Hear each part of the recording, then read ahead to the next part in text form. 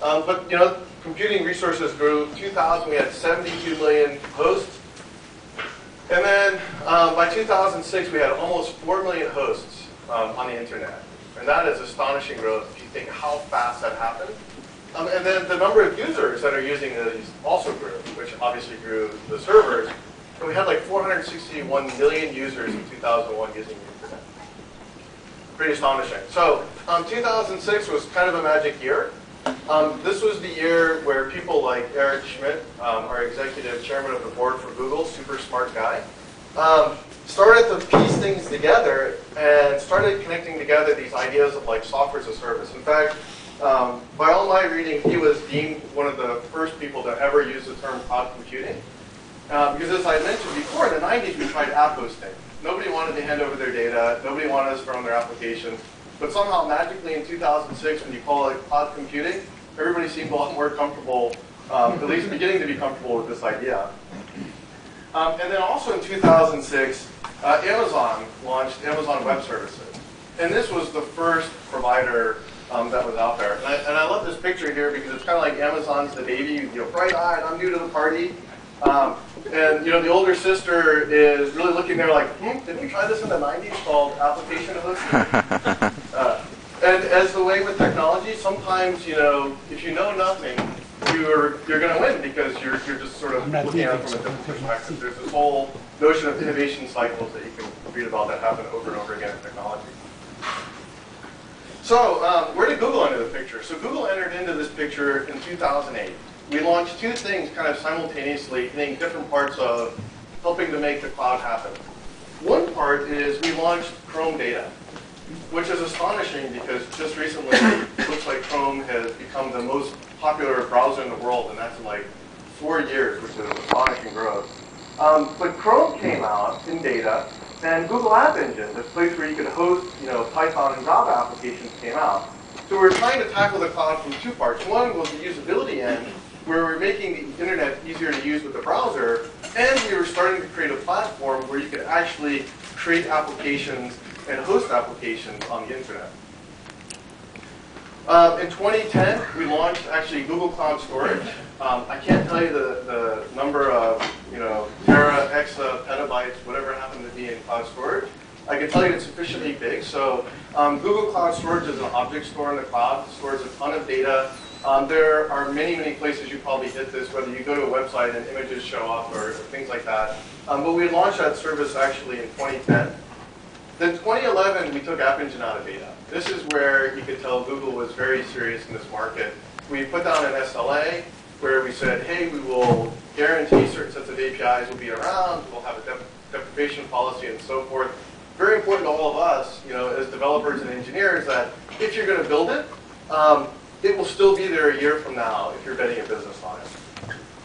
And then in 2012, last year, we shipped a couple of things. We shipped something called Google BigQuery, which is this amazing query technology. You can query, terabytes of data in a second. I know, that's astonishing. We have hosted MySQL in the cloud, and I'll talk more about this later. And we launched Google Compute Engine, which is our virtual machine offering in the cloud. And I noted here that it's limited preview.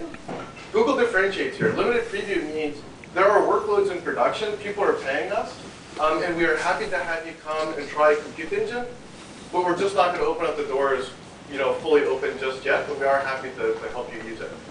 Beta is different. Beta means we're not totally sure, maybe it's going to change, and so forth. And this is something that has kind of confused the market a little bit, where people think, oh, you have Compute Engine, but it's in beta. Actually, it's in limited preview. People are paying us money to use the service. And then, so we go through this whole history, and then I learned something new from Eric. So we learned like all this technology stuff, and I thought I was really smart with my definition of cloud computing, but it takes somebody like Eric to really bring it home. He goes, I'm not sure anybody knows what cloud computing is, but I do know one thing, it's a marketing term. So there you go. I don't know if anyone It's a marketing term. So if anybody asks you what cloud computing is, you can confidently now answer. It's a marketing It's according to my dating, and it's a marketing term. So let's talk about the stack. And oftentimes, cloud computing is thought of as a stack, a set of sort of tiered services from the lower level, which is called infrastructure as a service, IaaS, which is maximal flexibility and maximal complexity. This means you're your own administrator, you have to have your own backup plan, retention plan. It's a lot of work. In fact, a lot of times it's sort of perceived as the IIS layer is like taking the server from underneath your desk and like sticking it up in the cloud, whatever that means. Hold that on. Ask me that later.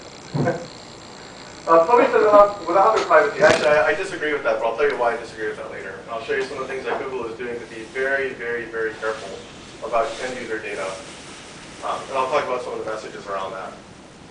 But infrastructure as a service is really kind of the thing we're familiar with. It's interesting. Whenever I'm given talks about this next layer up, called platform as a service, a lot of people ask me where the server is. The platform as a service tier tries to remove the user from this infrastructure layer, but you have a different programming model. And in fact, it's very hard for developers to think in this model, but if you can get into this model, it's very powerful. And then at the top of this tier, and I'll go through each of these a little bit more, is software as a service. This is where you have things like, Google Drive, Google Docs, Google Spreadsheets, Gmail, YouTube, all these things that you can use at the service layer. You can even build on top of them. They are programmable. You can put JavaScript into your Google Spreadsheets, and you can pull data from the lower tiers in the infrastructure layer up, and there's all these examples out there that allow you to do this. It's super cool. But that's the software as a service tier at the top. What's interesting about SaaS is it's less flexible, but it's lower complexity. So it's easier to use, but you don't have perhaps all the controls you want. So there's trade-offs at each of these layers. So let's talk about each one just a little bit more, and then I will take you into how the Google pieces plug into these tiers. So infrastructure as a service layer. As I mentioned, these are the building blocks. These are the pieces that we know today, where we talk about storage. Like I have disks. We talk about computing resources. I have machines. We talk about databases. I have databases. And this is the layer where a very thin layer will come on top of it. It allows you to access it over the cloud. But it looks familiar. I'll show you an example later of Compute Engine, where we can log into Google Compute Engine. It's a machine in the cloud. I get a Unix prompt, and I can do stuff like configure web servers or run computation workloads, whatever I want to do on it.